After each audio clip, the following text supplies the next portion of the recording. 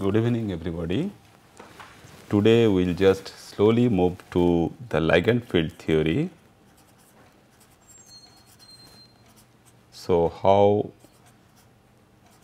the ligands around the different metal centers can give rise to a typical field which is completely different from the crystal field.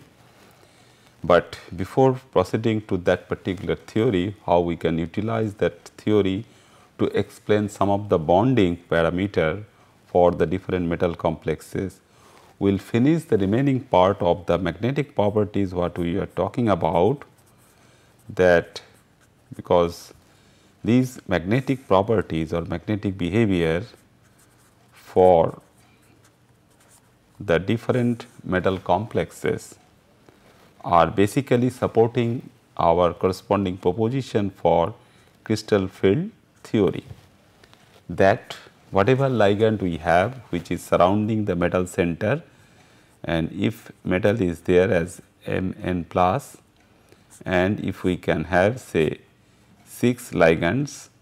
So, without considering the corresponding bonding parameter between M and the different ligand and the ligand donor atoms, we can talk about the corresponding orbitals which are occupying the different number of unpaired electrons. So, these unpaired electrons are giving rise to very interesting properties for these metal complexes when they are isolated as a mononuclear compound. If they are present in a dinuclear compound, which we will see further again when we will be talking about little these things in terms of the corresponding biological aspects of metal complexes, that in different biological systems we can have several paramagnetic centers, and those paramagnetic centers can bind some other small molecules which are very useful in our system for our living or different living organisms, such as O2 molecule, which itself is also paramagnetic. So, the situation is becoming much more complex when two metal centers are they are having some amount of paramagnetism. It can be 1 electron paramagnetism, or it can be 2 electron or 3 electron paramagnetics, and apart from that the small molecule or small group which is bound to these metal centers are also paramagnetic in nature. So, overall how we can monitor experimentally the corresponding behavior. So, what experiment we basically propose for finding out that particular properties of these centers, showing that individual centers for the individual paramagnetism as well as the overall some interaction, such as in some case it can be antiferromagnetic or in some other cases ferromagnetic. So, we will see that what are the different experimental evidences, how we can measure these magnetic moments, because theoretically already we have seen that there are several techniques what we can use for say different types of interactions, whether we are involving the corresponding mu j equation, mu L equation or mu S equation to determine the corresponding magnetic moments and their orbital contributions also. But right now what we can see that we want to measure the corresponding magnetic susceptibility. So, it is the chi m values which we are going to measure to find the exact number of unpaired electrons which are present in a particular metal complex or any other multinuclear metal complex also. And the paramagnetic substances which are present there, if we place them in a typical magnetic field, they will be attracted. So, how we can measure this amount of attraction between the paramagnetic centers, that means that between this paramagnetic compound and some applied magnetic field, that we will find out. Because all the different other spectroscopic techniques which are depending on magnetic field can also give some idea whether we should be able to measure these particular paramagnetic substances for those spectroscopic signatures like NMR and EPR using those magnetic fields. So, the first thing what we can use is a very simple thing, that is a balance, analytical balance, which is very much sensitive, say up to say 5th place of decimal we can measure. So, that balance we can be converted to a Gauss balance, where we use some permanent magnet, and within the magnetic field we place the corresponding sample and we measure the weight. So, use of this Gauss balance takes the weight change of the sample, that means the change of weight in presence of the magnetic field and in absence of that magnetic field. So, we will use the analytical balance, and the sample is placed in a homogeneous constant magnetic field. So, of a very little bit of high magnetic field value of say 1 Tesla to 10 Tesla, and whatever measurements we make, it can be calibrated against a known standard like mercury cobalt to tetrathiocyanate compound, tetrathiocyanate compound of this cobalt, so which has a fixed magnetic moment value as well as the corresponding molar magnetic susceptibility, that means the chi-m value. Also we can use copper sulphate pentahydrate also. So, we can use copper sulphate pentahydrate in these two samples. These are very good standards for measuring the mu effective value or mu spin only value, because in this particular case what we know that it has one unpaired electron, and theoretically we can get the corresponding mu effective or mu spin only value for this copper sulphate sample, but also we can have some value for this corresponding molar susceptibility or gram susceptibility values. So, we just simply compare the corresponding chi-g and chi-m values when we take certain amount of this copper sulphate solution, and in a uniform measuring technique, that means we take the corresponding tube which is known as the Gauss tube, and this Gauss tube is there, and which is once it is filled with the standard sample, and we take the two weights, that means one weight in absence of the magnetic field and one in presence of the magnetic field. Similarly, the same tube can be filled with the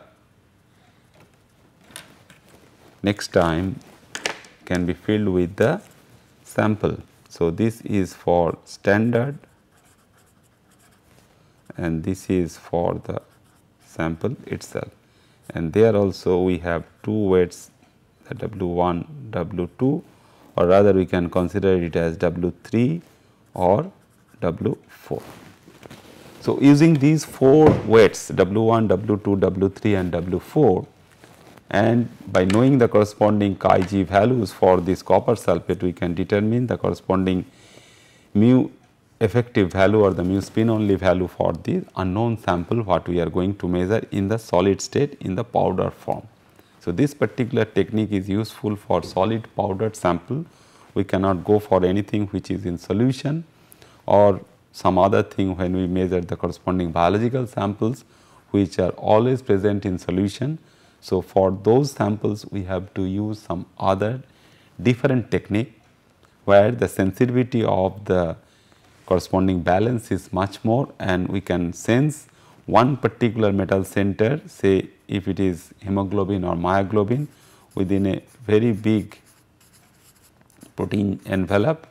So, protein chain is there which has a very high molecular weight, several thousand kilodalton, and we have to sense this particular paramagnetism which is trapped inside the macromolecular chain of the protein structure. So, the sensitivity of the corresponding balance would be much more, such that we can sense the corresponding values of the small change in the corresponding chi-g or the chi-m values. So, the standard is very much useful for any other thing, that the standard can be utilized to calibrate the instrument, that means the same tube where we can go for the corresponding diamagnetic correction for the tube also. For from the known Pascal's constants, we go for the corresponding diamagnetic correction, and we measure ultimately the mu effective and its corrected form. So, it basically measured the Gauss balance. What we can have is used to measure the magnetic susceptibility, that means the chi g, and which when multiplied by the molecular weight we get the corresponding chi m value.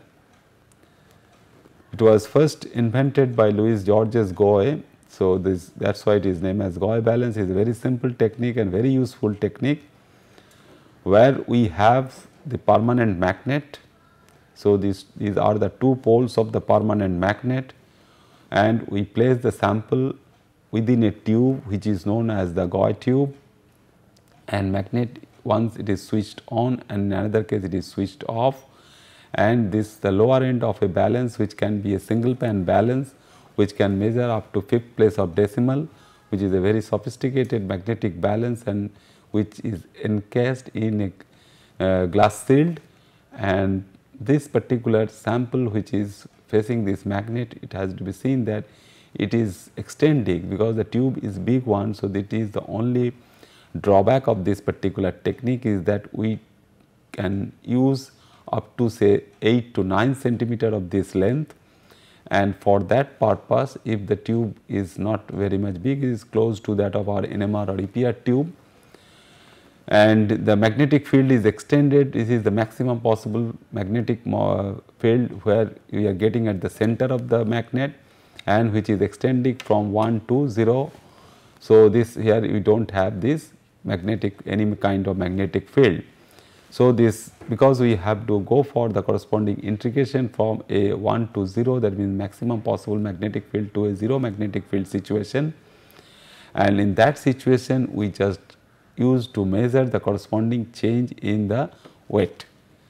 That is why we require comparatively large amount of sample which has to be filled this tube, and the tube is placed inside the magnetic field. So, we get some attraction and repulsion when we have the diamagnetic sample. The diamagnetic samples get repulsion by the magnetic field, and when we have a metal complex and even it is bound by several such ligand centers, and if the ligands are very big, and is also it can have this several steric crowding, and it can have several other atoms. So, this ligand part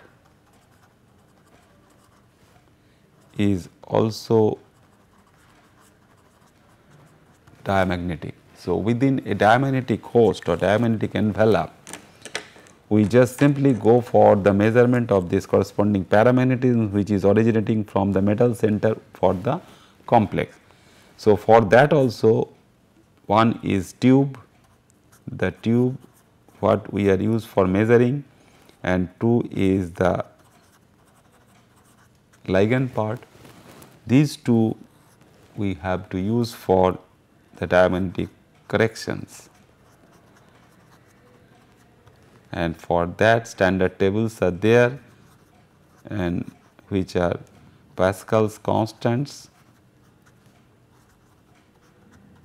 and those Pascal's constants are used to go for this corresponding corrected chi m and the chi g value to determine the corresponding mu effective value after this correction is known as the mu effective corrected one.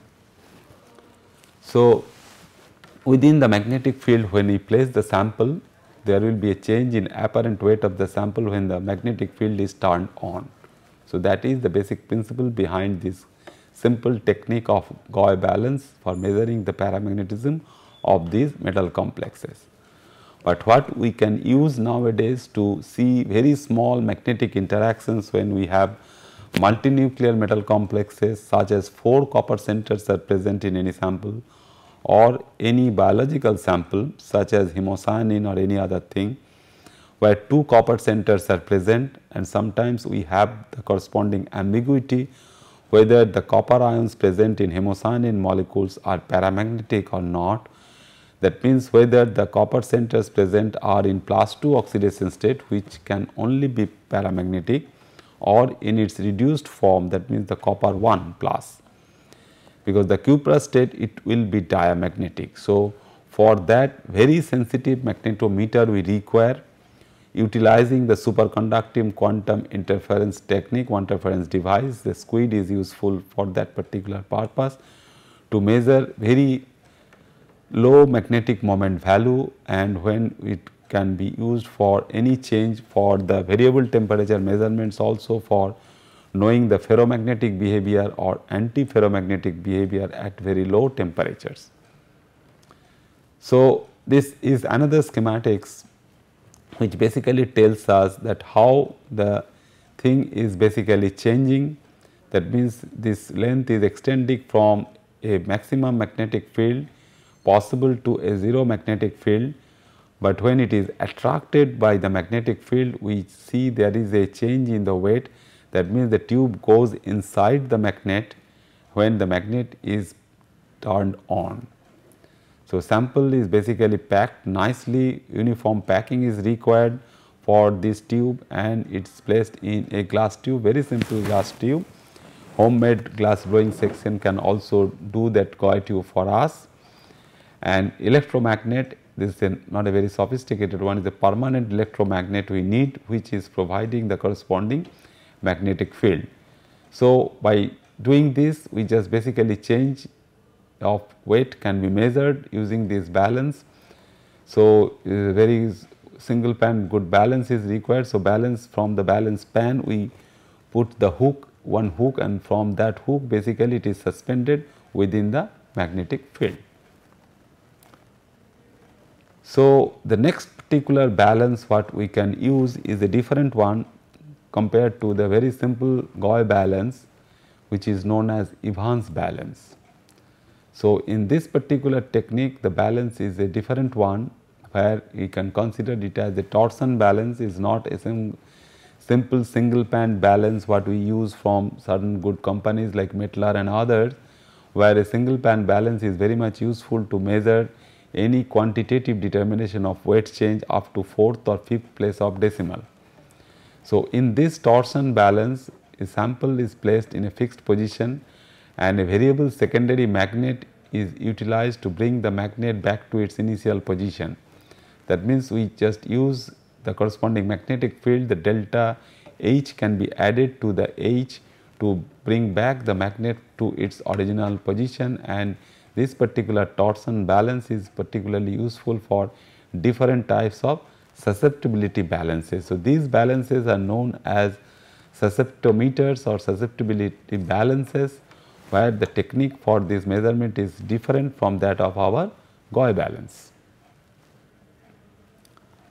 And third type of the balance what we can have, the corresponding Faraday balance, and here the sample is placed in a magnetic field of constant gradient and the weight is taken on a torsion balance. So, balance utilized is a torsion balance, and the method can also provide on magnetic anisotropy.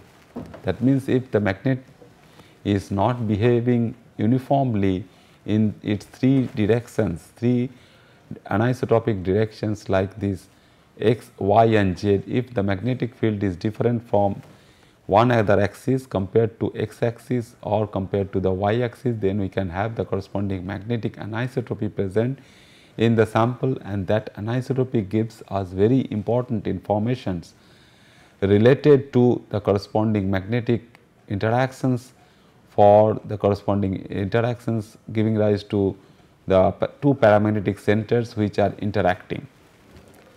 So, what we do in Faraday balance, the field is completely different because the pole heads are different, which is providing us some inhomogeneous magnetic field. In case of Gauss balance, we have a homogeneous field and uniformly the tube is extending from the center of the magnet to outside of the magnetic field.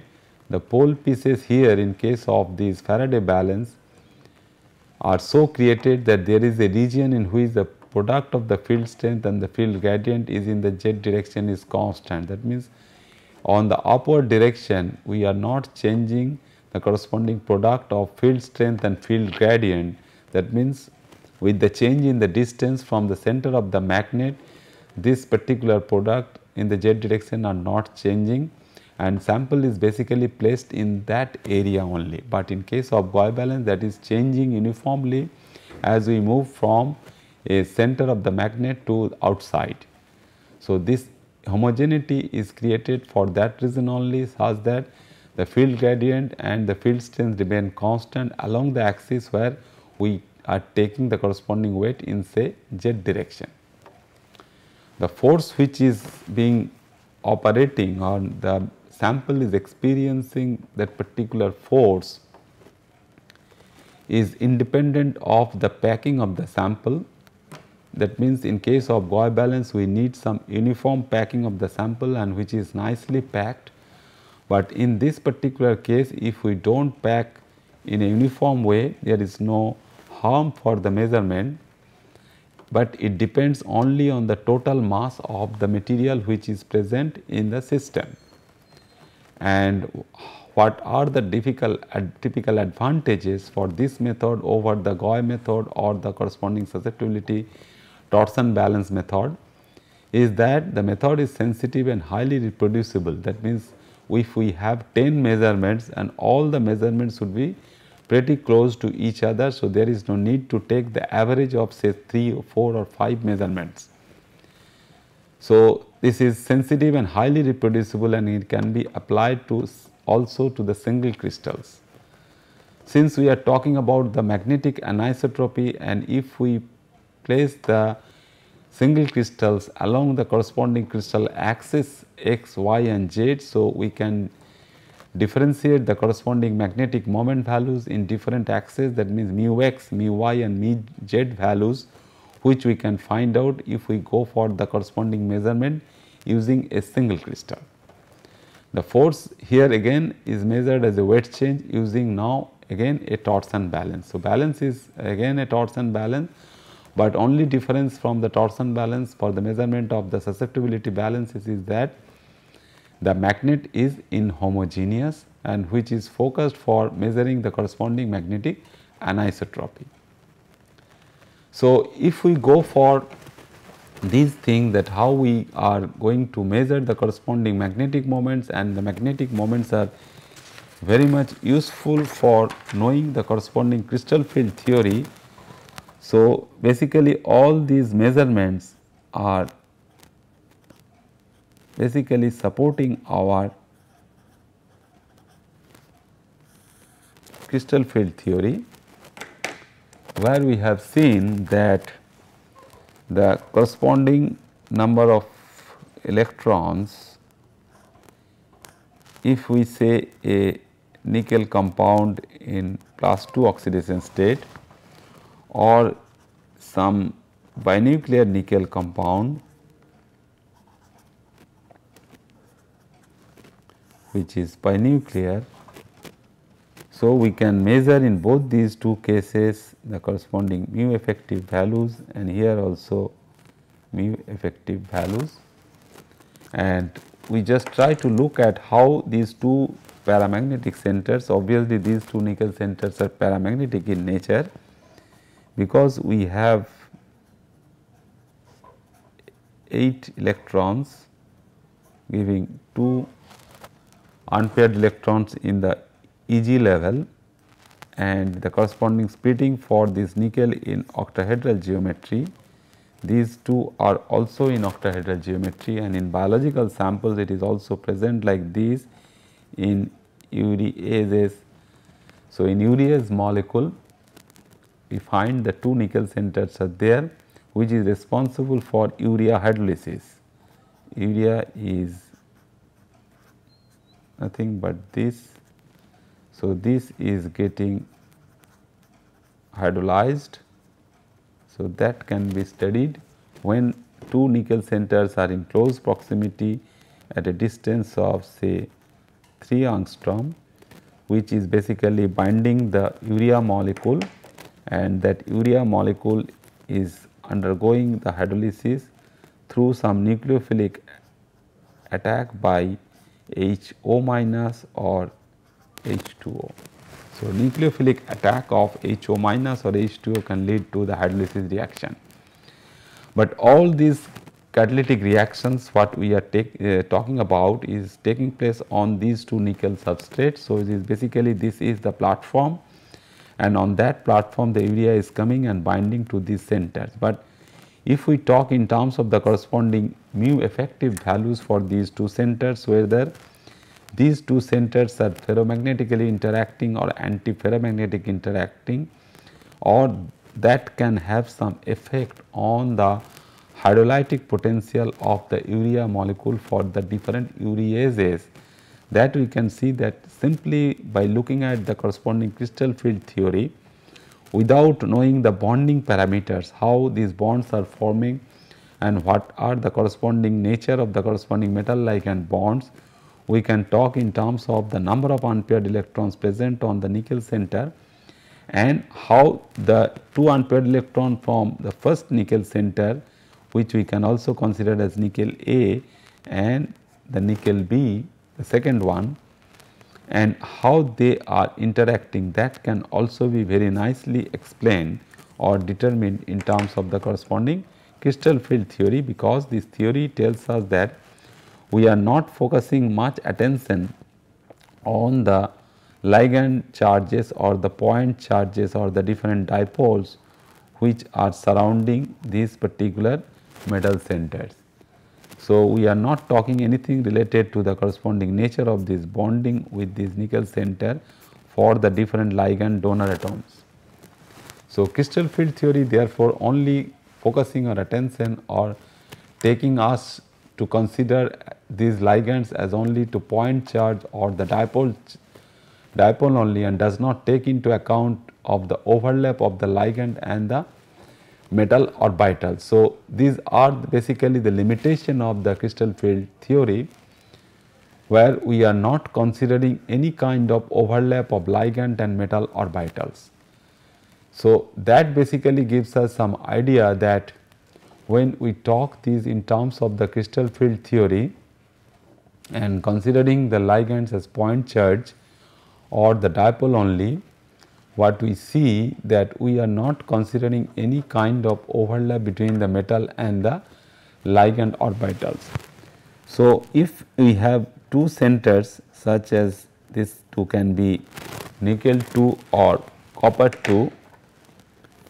So, when these are bound, so in this particular case, in case of urease, it is bound by a carbamate unit. So, if we consider that we have two unpaired electron on the first copper and two other on the second copper, and if we think of the interaction which can be say ferromagnetic,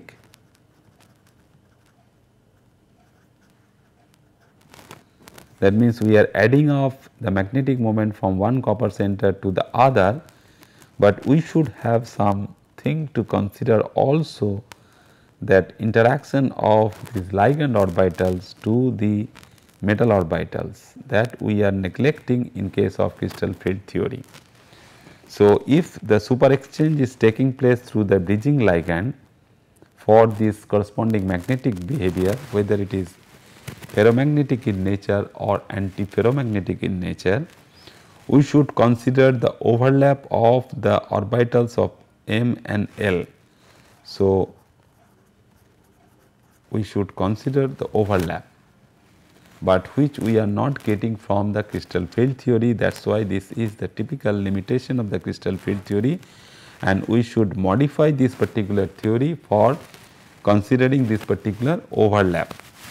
And also, when we fail to explain the nature of the carbon monoxide ligand, as we see in the spectrochemical series, that carbon monoxide is a stronger ligand than cyanide ion in several such complexes, that when we consider the nickel tetracarbonyl, iron pentacarbonyl or chromium hexacarbonyl, in all these cases we see that carbon monoxide is behaving as a very strong ligand compared to its Cn minus analog, and these complexes having metal in low oxidation states. So, in several of these complexes where the oxidation state of the metal is 0 or in the low oxidation state, we are unable to explain in terms of the crystal field theory why CO is stronger than Cn minus, which is a neutral ligand. So, that also compel us to consider that there is certain amount of overlap between the carbon monoxide orbitals. That means the formation of the corresponding carbon monoxide molecular orbitals we should have, and these carbon monoxide molecular orbitals will interact with the ligand d orbitals to give us some good information about the metal and ligand overlap. So, we propose the theory which is termed as the ligand field theory, which basically all the time will be utilizing the corresponding molecular orbital approach as we see for the simple molecule. And this approach, what we see that if we just consider that our ligand is carbon monoxide, that means the carbon monoxide is forming from carbon and oxygen. So, instead of considering the carbon monoxide as a point charge or dipole, we will consider the corresponding molecular orbitals of the carbon monoxide. And these carbon monoxide ligands we can use as utilizing their hybrid orbitals or the pure s orbital, which are pointing towards the metal to form the corresponding sigma bonds to the metal. So, today we just simply start our discussion by considering that only sigma bonds are forming between metal and ligand, where the theory can be considered as a ligand field theory, which is basically a admixture of molecular orbitals of the ligand and the corresponding pure orbitals or hybrid orbitals of the metal center, giving rise to the different orientation of the different bonding as well as antibonding orbitals. So, arrangement of these orbitals in different energies and their corresponding occupancy for the unpaired electrons will tell us the corresponding theory as the ligand field theory. And what we have ignored in crystal field theory, that the nature of the ligand, slowly we will just go towards this theory that now we have to consider the nature of the ligand, whether the ligand is carbon monoxide or Cn minus or N3 minus or SCN minus. So, they all have different types of hybrid orbitals available for donation to the metal center. Since we have ignored this nature of this ligand, we are unable to explain in terms of crystal field theory the corresponding spectrochemical series. That means why some ligands are in the strong field ligands and whether others are weak field ligands, though the interaction is not purely electrostatic in nature. So, we just use the typical molecular orbital theory what we know so far for simple molecules, simple covalent molecules like carbon monoxide, like cyanide, like thiocyanate, like azide. Will utilize that molecular orbital theory for the getting the corresponding LFT or ligand field theory. Now, we have the different valence orbitals on the metal and ligand are used to form the different SALCs. SALCs are nothing but symmetry adapted linear combinations. So, we have now the different SALCs. So, this is nothing but we are now talking with the symmetry, which is very important. That means whether we are talking a corresponding metal complex. So, that is why we are talking so much about the symmetry of the metal complex, whether it is tetrahedral, whether it is octahedral or square pyramidal or trigonal bipyramidal. So, those symmetries are very important because those symmetries will dictate that corresponding adaptation. So, it is symmetry adapted linear, the combination is only linear combinations. So, symmetry adapted linear combinations of the different orbitals. So, if we have those orbitals, so symmetry will dictate a particular type of linear combination, and that combination will give us, these are our new molecular orbitals for the complex.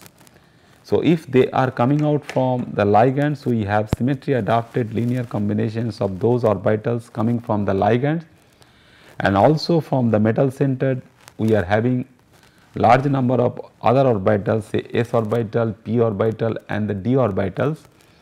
So, these s, p and d orbitals can form also some amount of symmetry related molecular orbitals for good overlap with the ligand orbitals.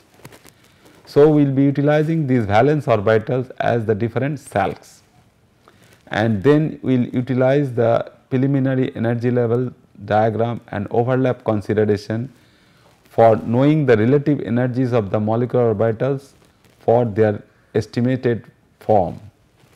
That means, whether the energy is higher or lower, that we will just simply guess from these combinations.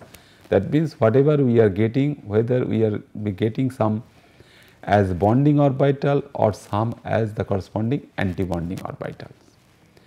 So, two types of bonding we will consider in this particular theory. One is the typical sigma bonding, which is sometimes very close to that of our crystal field theory, when these interactions was purely electrostatic, but now we will have direct overlap between the metal and the ligand orbitals, and if there is a head on overlap, we will be talking in terms of the corresponding sigma bonding, and the ligand has a single valence orbital.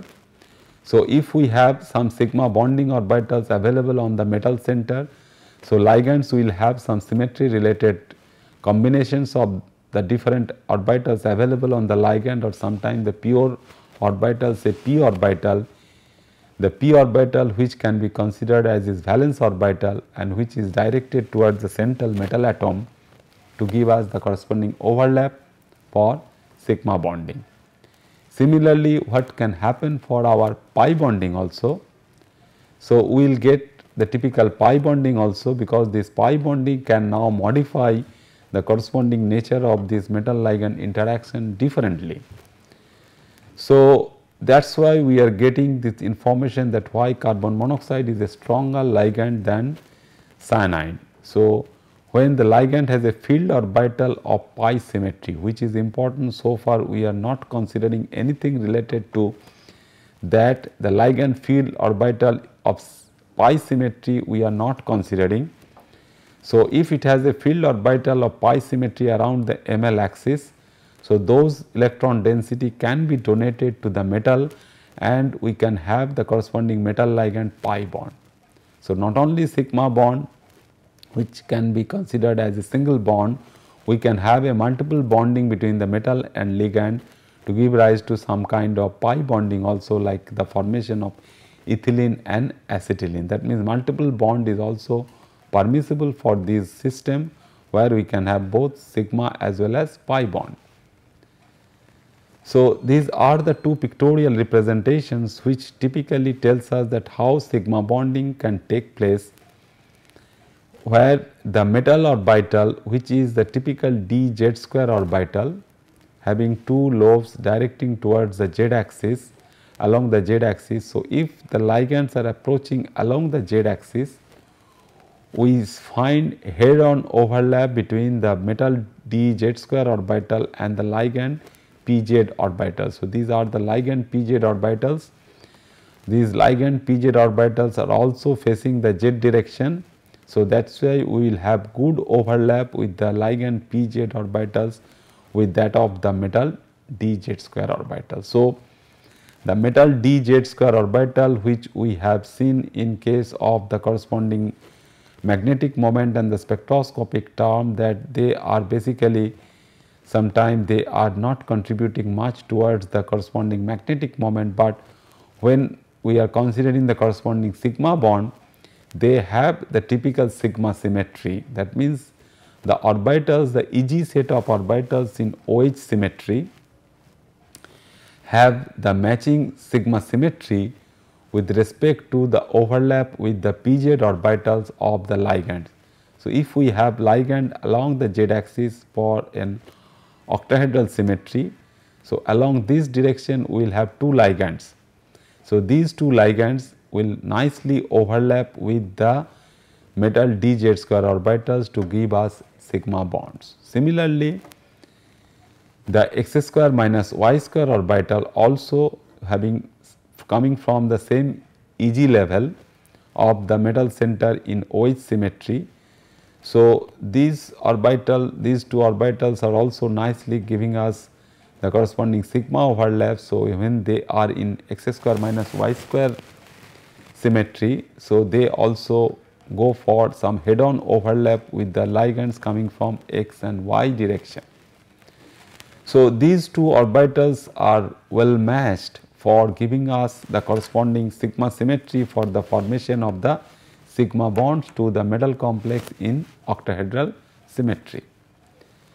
So, utilizing this Ligand field theory, we describe the bonding, the orbital arrangement, that means how many of them are bonding orbitals and how many they are antibonding orbitals, and what are the corresponding separation between these orbitals, and whether those are matching for the corresponding spectrochemical series that can be obtained from this theory, which are therefore characteristic, that the bonding parameter and the orbital arrangement thing, which are characteristic for all the different types of coordination complexes. And now, if we arrange 6 ligands around the metal complex in octahedral geometry, we will have 6 sigma bonds facing 2 each from the 3 axes x, y and z.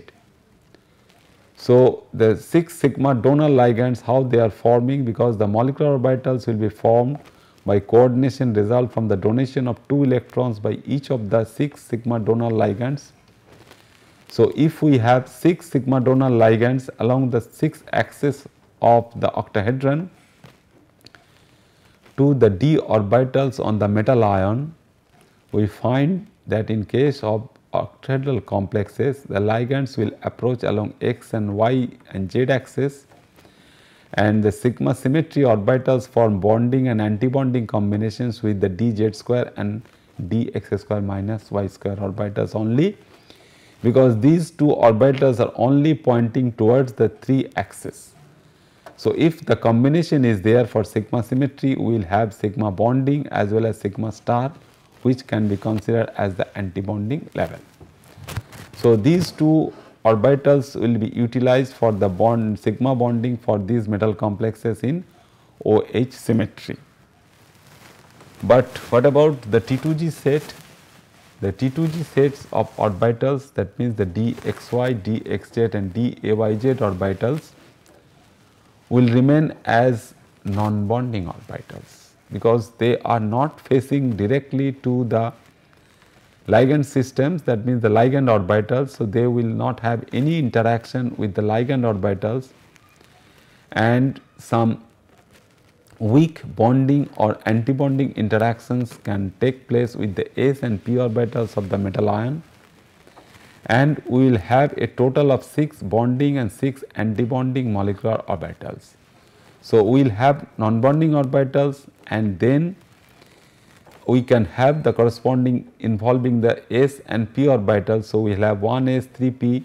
So, 4 orbitals and plus 5 of the d orbitals. So, all these d orbitals can give rise to the corresponding 6 bonding and 6 antibonding molecular orbitals for the system. So, what we get, that 6 ligand donor orbitals collectively form a reducible representation. So, since we are talking the corresponding symmetry level, so for getting all these things we have to utilize the corresponding character table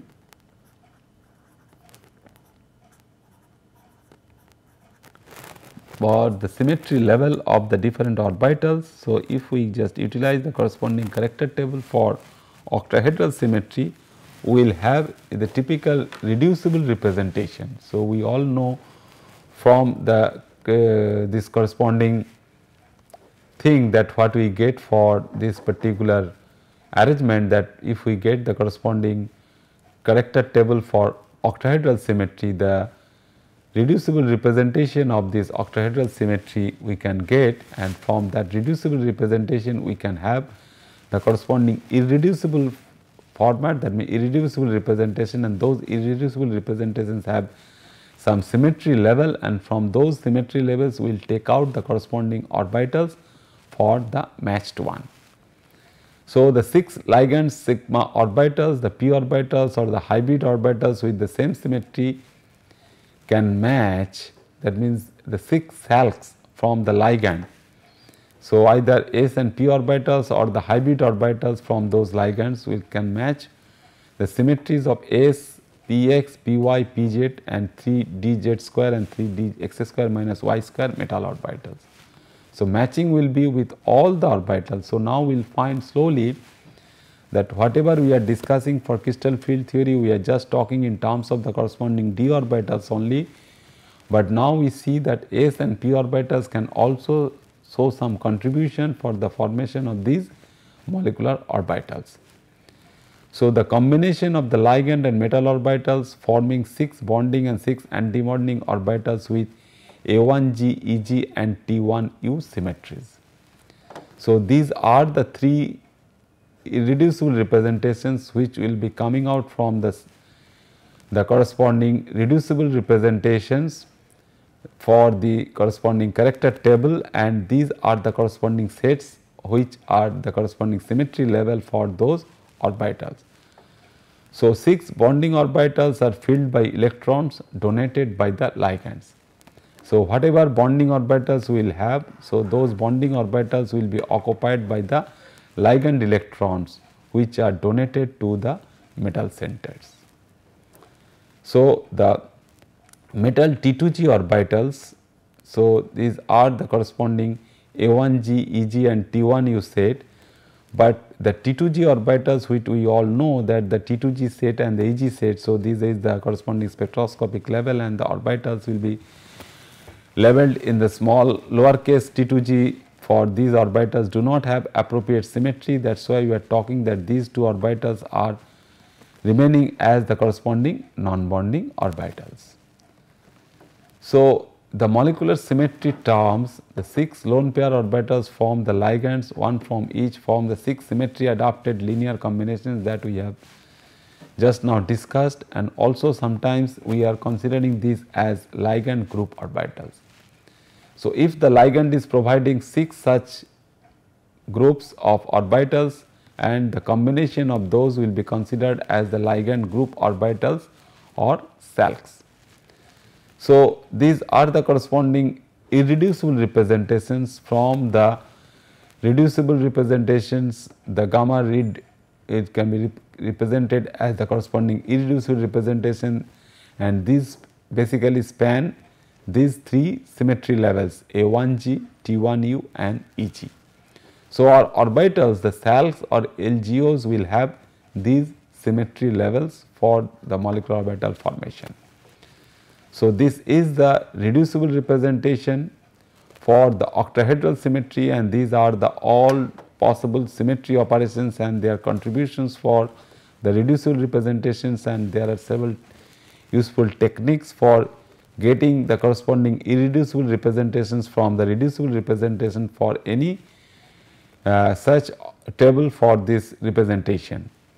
So, this reducible representation will reduce into A1G, EG and T1U. So, this gamma sigma will give us these 3 levels, and we will now look at these 3 types of symmetry levels for those orbitals for the different sets of orbitals which are coming from the symmetry levels. So, if we have the metal s orbital which is symmetric and the 6 ligands are approaching along the 6th axis, and along these 6 axes we have the corresponding symmetry which is spherically symmetric. So, this we can label as a A1G symmetry, and this A1G symmetry which can match very well if we can put the ligand also. The green balls are the corresponding ligand orbitals, either they are the hybridized orbitals or the pure p orbitals, the lobes from the pure p orbitals. So, they are basically overlapping with this which is a spherically symmetric arrangement. So, we have the matched ligand orbitals with the matched metal orbital with A1G symmetry. So, A1G group orbitals, so these we will call at the ligand group orbitals, the LGOs or the SALCs. So, A1G group orbitals have the same symmetry as an s orbital on the central metal. So, if the central metal ion has the symmetry of A1G, then the ligand group orbital will definitely overlap with the A1G symmetry of the metal orbital. So, that gives us for the first time that it is completely opposite for that what we are talking in terms of the crystal field theory, that here we are just considering the symmetry level as A1G, and s orbital is also coming into the picture for this typical hybridization, and this s orbital can also have some overlap with the ligand orbitals of same symmetry.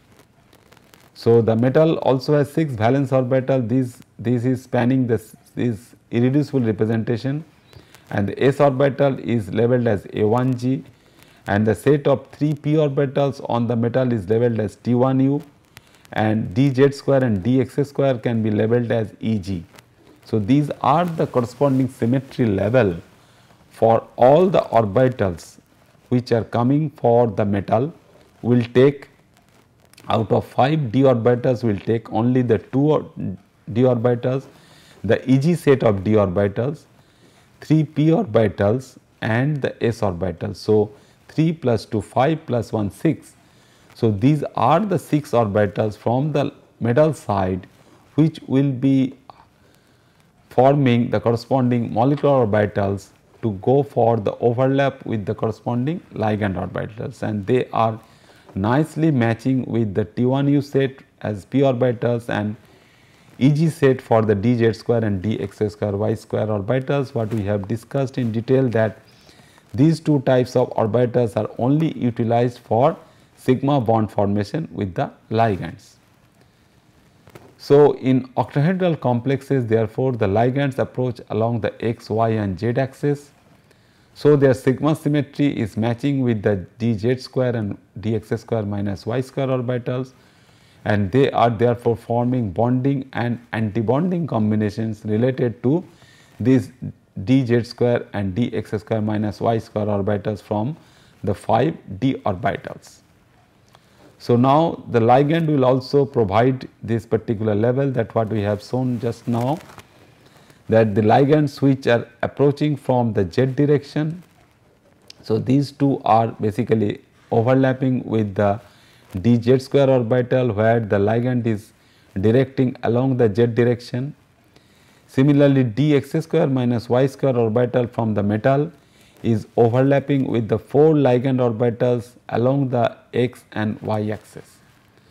So, these 2 orbitals, the dz square and dx square minus y square, can be labeled as the Eg set from the metal side.